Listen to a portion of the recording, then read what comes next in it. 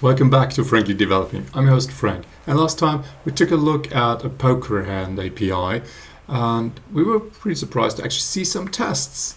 Amazing, except that there are a few problems in those, and today we're going to take a closer look and redevelop that using test-driven development.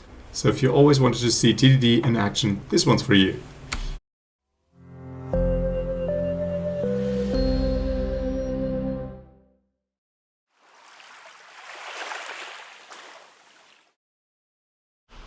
Okay, let's take a look at these tests, and this one in particular here, which shows a few of these problems. But first we get into a habit of cleaning up, right? So don't want to do this, this can be object initialized, and then we realize, okay, it's creating a poker player just to pass it in here, its cards in hand. So why don't we just take the cards in hand directly, pass them in, lose all of this, because it's just not needed.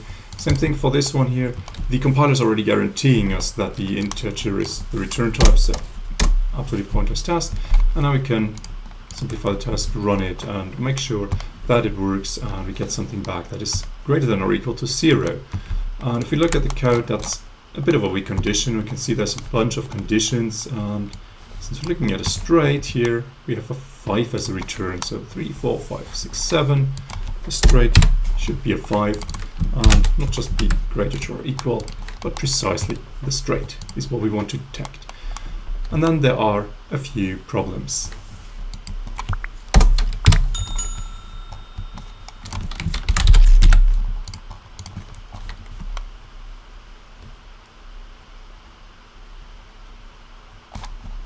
So a pair is a straight.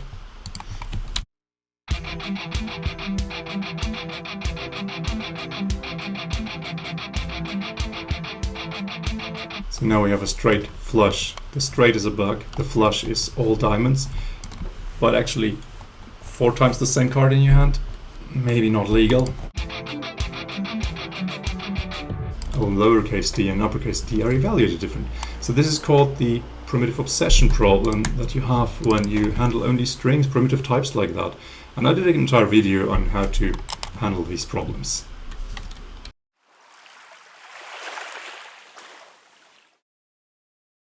So just in case you don't know the rules, here are a few rankings in the poker hands that are pretty common and shared all across the world. So you start at the bottom with you have only one pair, like the 2 queens, and then you might extend this to 2 pairs, and then 3 of a kind, like the 3 fives. Then comes the straight, which is scoring higher each time. The flush means you have everything from one color. The full house is like 3 of a kind and 2 of a kind. And the 4 of a kind is like 4 kings here. You have the straight flush, which is a straight, but also flush, so all increasing and in the same color. And the royal flush is reserved to the highest possible hand you can have, the straight flush starting at 10 and going all the way up to the ace. But the interesting part about the poker hands, if you evaluate them with a program, isn't really these simple rankings, it's the tiebreakers. So what happens if you have a tie? Like 2 people have a pair. Then the tiebreaker is based on the value of these cards, which means someone has 2 threes and the other one has a pair of 8s, then the 8s win this game. What's also a bit special is the full house, where you have 3 of a kind and a pair. In this case, the 3 of a kind wins. So even if you have like 3 of a kind of a 2, for example, 3 2s, and a pair of aces, and the other person has 3 3s and just a pair of 5s, the other person wins because the 3 of a kind is tie-breaking on the full house. And finally, you can even have situations where the tiebreaker, as far as we talked of so far, doesn't suffice anymore. So maybe you have a pair of aces and your opponent also has a pair of aces. Then a kicker comes in, which is the next highest card. So if you have a pair of aces and 5, 6, 7, then the 7 is your kicker. And if your opponent has this pair of aces and 10, 4, 6, the 10 actually wins that game. But what could also finally happen, which some people might not yet know, is that you can actually have a tie in poker. So two players have a pair of aces and their kicker card is maybe a 10 for each of them, then this is essentially the end of the game, and it's a tie breaker that doesn't break. Actually, it's a simple tie, and they just split up the pot or the money among each other and, well, keep going, obviously.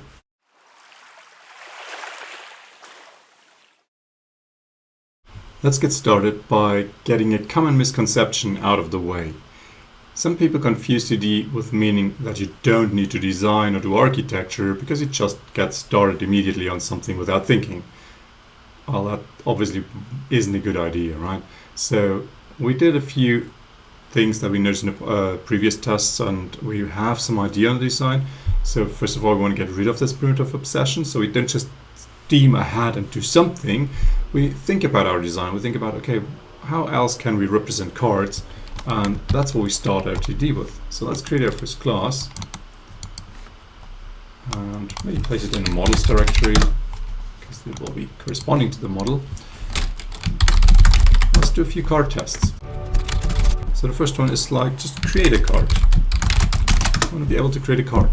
And since we don't want to have simple strings for cards, we want to be able to have like a card, and that is like the first decision already on the design level now. We're doing TDD, we're doing the first thing here as a test, but still we are designing because we are thinking of a card as some kind of class or record that, of course, we need to create now. What a lot of people do, and I personally like that as well, we split these views left and right so we can have our tests and our production code next to each other. So now I want to have a card, and a card needs like a suit and a rank. So how can I do that? Well, I would prefer to have some proper enums for that. So something like a rank 2 should work, but I don't have that yet. So let's create one. And strictly speaking, we only do the 2 here. And then of course we need the constructor here, we can have a rank for our card, and then it's compiling again and we're good. So do you write tests now to ensure that you have 1 for 2, 3, 4 and so on? If you go very strict on TDD, maybe you want to do that. I never do it in this super dogmatic style, so no, it's just an enum. I know all these poker cards, so let's just type down the ranks. And yes, they're all marked as unused so far. So I'm getting a bit annoyed at these whole common things set up for the project, so let's disable them for this file. Now we have our ring, and of course we want to have a suit. And again, I'd go ahead and just define all the others. Well, there's also time for refactoring after each of these steps, so maybe I don't like the plurality of these, and let's call them on single ones like heart, diamond, club, and spade. Things like these can always be changed, of course. And this is just a declaration, so there's nothing to test really. I can run the test as many times as I want, of course.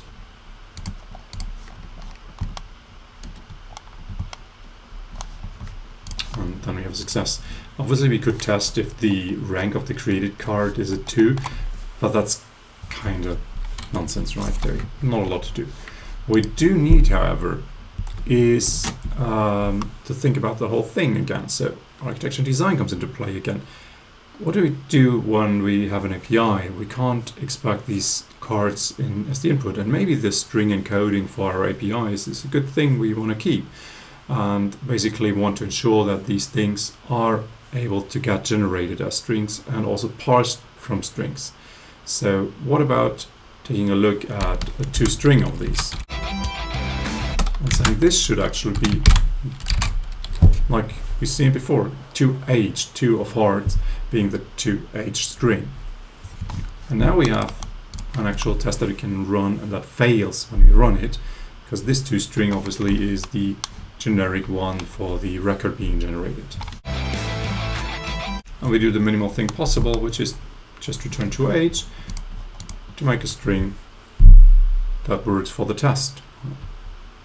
And now some people often get annoyed when they do it like this slowly, because now you need to create a different test to make sure that this implementation gets improved. Now we try the same thing with the 3 of hearts, and 1 fails, 1 succeeds. And we have to basically make sure that we take our rank into account. I can still go crazy and do something like this. So even that is going to fulfill these tests.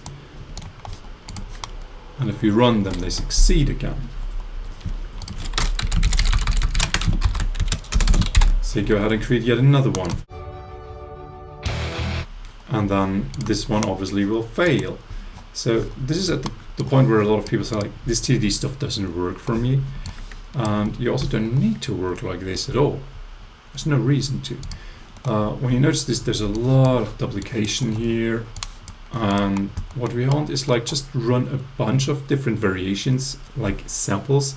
We don't need completion, but we also don't want to limit it to 1, maybe 2, maybe we do want a few more. And if you know a little bit more about unit testing, you know that we have things like theories to make that possible.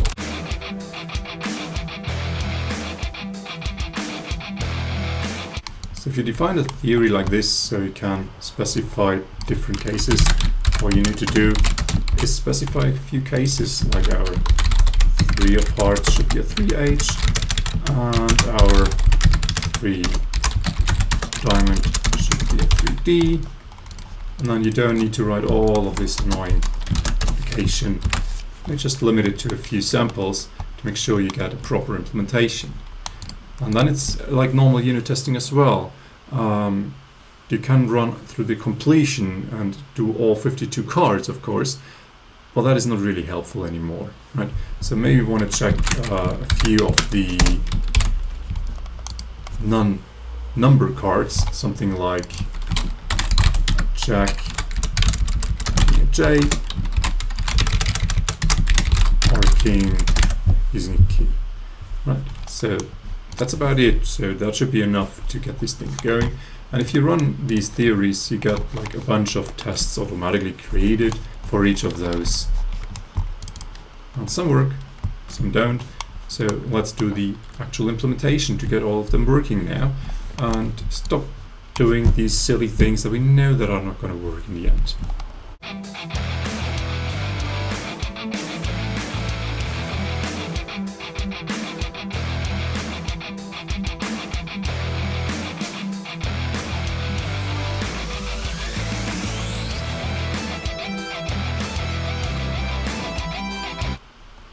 And now we're good. So obviously now you have a lot of choices on how you implement this. This is just one way that I chose here to implement it, on using a description here, and then just read this description.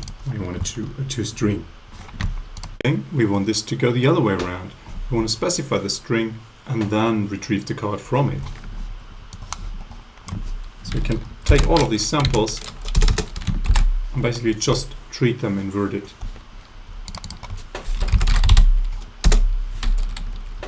And now we're back to the design phase. How do we want to do that? Do we want like a factory method or anything like this needs to be designed now?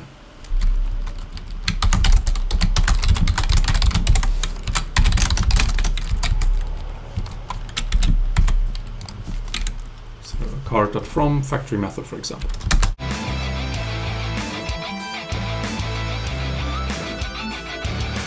Okay, and now we have a bunch of failing tests already in place. We don't need to go these tiny little small steps if we don't want to, because it's super easy to just create a bunch of these tests already in one go. Which means we now have to implement parsing this input.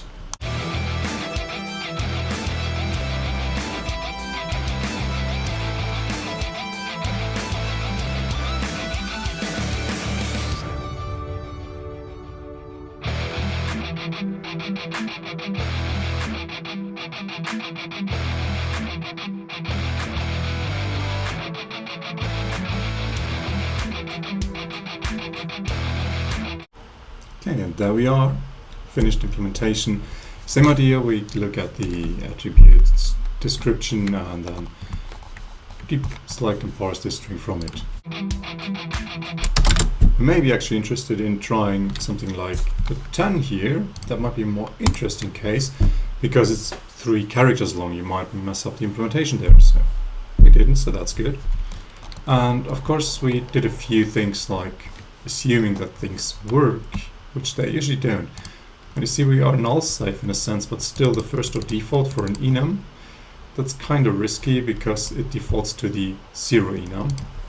So let's write a test against that.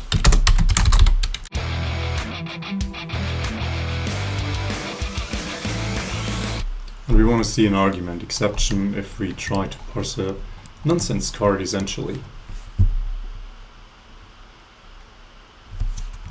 Which it doesn't do. There was no exception thrown. We actually get back a card with the enums values of 0.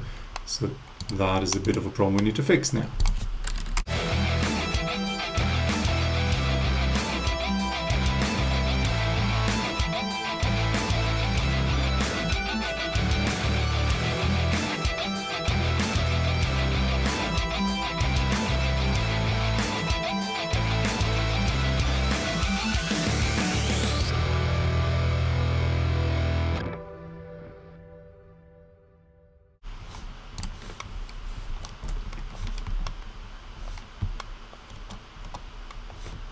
Okay, as you can see, sometimes it takes a little bit longer until you find the right implementation.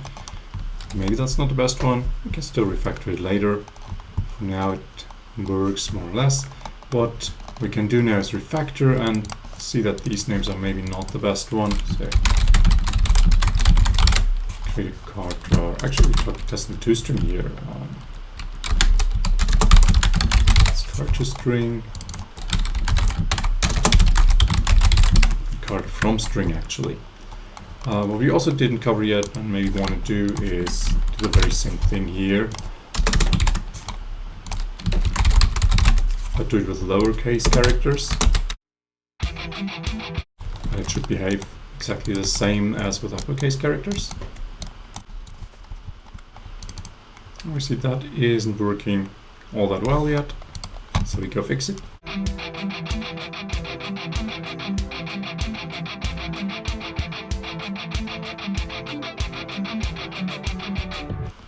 Okay, so did all the ignore cases, so it's case insensitive now, but always outputs in uppercase. Okay, and then we have a bunch of tests and a really designed class where it actually looks trivial, like we only have some enums and define a card. But as you saw, it can get tricky to implement these string factory and parsing methods a little bit. So now we have a really good test on these and have a pretty decent implementation that we can feel confident moving forward with. I hope you enjoyed this demonstration. TDD is a very powerful tool. I like to use it and get great leverage out of it. If you enjoy seeing these practical demonstrations, please like and subscribe to the channel to get more of this. Maybe you want to take a look at the previous series on the tell don't ask principle and how to apply it. Thank you very much for watching and have fun developing.